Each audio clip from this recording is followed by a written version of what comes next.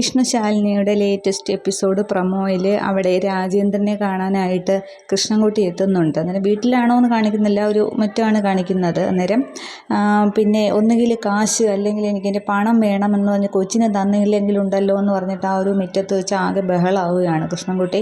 രാജേന്ദ്രനാണെങ്കിൽ കഴുത്തിനെ കുത്തിപ്പിടിക്കുന്നുണ്ട്, അങ്ങോട്ടും ഇങ്ങോട്ടും ഉന്തും തള്ളുമൊക്കെ ആയി അവരിങ്ങനെ തറയിലേക്ക് വീഴുന്നുണ്ട്. എന്നിട്ടും കൃഷ്ണൻകുട്ടിയാണെങ്കിൽ രാജേന്ദ്രൻ്റെ ഷർട്ടിൻ്റെ കോളറിൻ്റെ പിടിയൊന്നും വിടുന്നില്ല.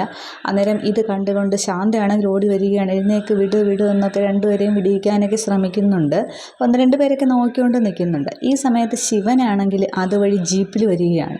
എന്നിട്ട് ശിവൻ ഈ സീൻ കണ്ടിട്ട് അവിടെ വണ്ടി നിർത്തുന്നുണ്ട്. എന്നിട്ട് ഇങ്ങനെ ശ്രദ്ധിക്കുകയാണ്. അന്നേരം ശാന്ത കാണുന്നുണ്ട് ശിവൻ വന്നു എന്നുള്ളത്. അന്നേരം എഴുന്നേക്ക് അയ്യോ എന്നും പറഞ്ഞ് ശാന്തയ്ക്ക് ആകെപ്പാടെ ഒരു വെപ്രാളവും പരവേശമൊക്കെ ഉണ്ടാവുകയാണ്.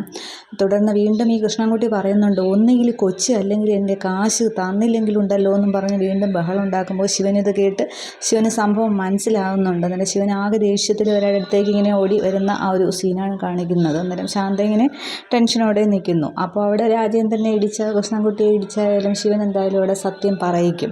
അപ്പോൾ പക്ഷേ കുഞ്ഞിനെ ഇവരല്ലല്ലോ കൊണ്ടുപോയത്. അപ്പോൾ ശാന്തയുടെ ആ ഒരു കള്ളത്തരോടെ വെളിയിൽ വരും. പക്ഷെ പിന്നീട് കുഞ്ഞിനെ കൊണ്ടുപോയത് ആരാണെന്ന് എങ്ങനെ കണ്ടുപിടിക്കുമെന്നുള്ളതാണ്. കുഞ്ഞിനെ അവരവിടെ അഡോപ്റ്റ് ചെയ്ത് കൊണ്ടുപോവുകയും ചെയ്തു. അത് ഇനി ആ ഒരു ശിശുക്ഷേമ സമിതിയിലേക്ക് എത്തുമോ എന്നുള്ളതാണ്, ഒരു അമ്മത്തൊട്ടിലേക്ക് എത്തുമോ ഇല്ലയോ എന്നാണ്. പിള്ളേരുടെ കള്ളത്തരം കണ്ടുപിടിക്കുമെന്നാണ്. രാഘവൻ നായരും കൂടി അതിന് കൂട്ടുനിന്നോ എന്ന് മനസ്സിലാകുമ്പോൾ ശാലിനിയുടെ ആ ഒരു പ്രതികരണം കൂടി എന്താകും എന്നൊക്കെയാണ്. അരുണയാണെങ്കിൽ സ്വന്തം കുഞ്ഞിനെ കിട്ടിയ പോലെയാണ് അതിനെ കൊണ്ടുപോയിരിക്കുന്നത്. ഇതിപ്പോൾ നാട്ടിൽ നടക്കുന്ന കാര്യങ്ങളൊക്കെ കളക്ടറെല്ലാം പെട്ടെന്ന് കണ്ടുപിടിക്കും. സ്വന്തം വീട്ടിലെ കാര്യങ്ങൾക്കാണ് കളക്ടർക്കാണെങ്കിൽ ഒരു ഇതില്ലാത്തത്. എന്താകുമെന്നുള്ളത് നമുക്ക് നോക്കാം. Okay, thank you.